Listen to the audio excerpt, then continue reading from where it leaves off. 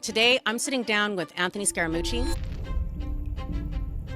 Most people try to bury their disasters, but you turned it into a media empire. Most people spend their entire careers avoiding that level of transparency. You're coming from hunger and you want to make something of yourself, you got to take risk. You got to be ready to hit the floor.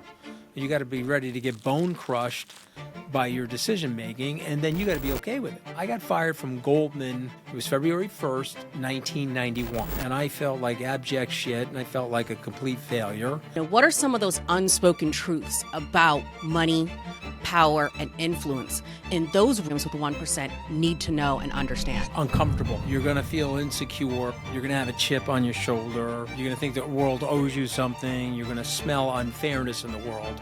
There's a person sitting next to you whose father worked at Goldman Sachs and his grandfather worked there and his great-grandfather founded the place.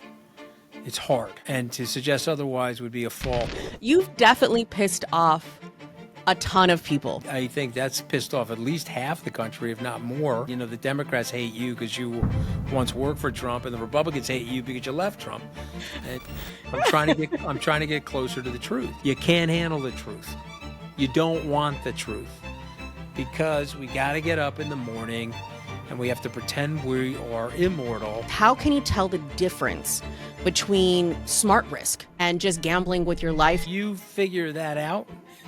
You tell me. The things that you think you know with great certainty are the ones that bite you in the ass. Who do you consider yourself to be without titles? I said, you forget that at the end of the day, I'm really an academic.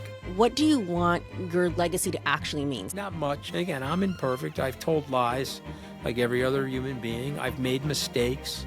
I don't worry about my legacy because no one's going to fucking remember me. No one's going to care. I see an enormous seismic economic change coming.